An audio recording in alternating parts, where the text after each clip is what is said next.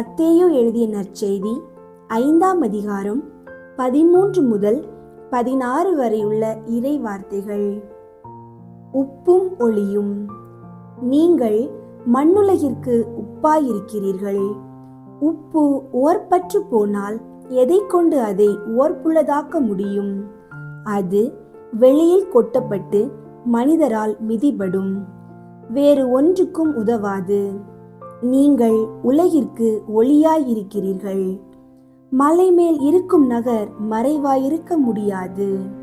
எவரும் விளக்கை ஏற்றி மரக்காலுக்குள் வைப்பதில்லை, மாறாக விளக்கு தண்டின் மீதே வைப்பர்.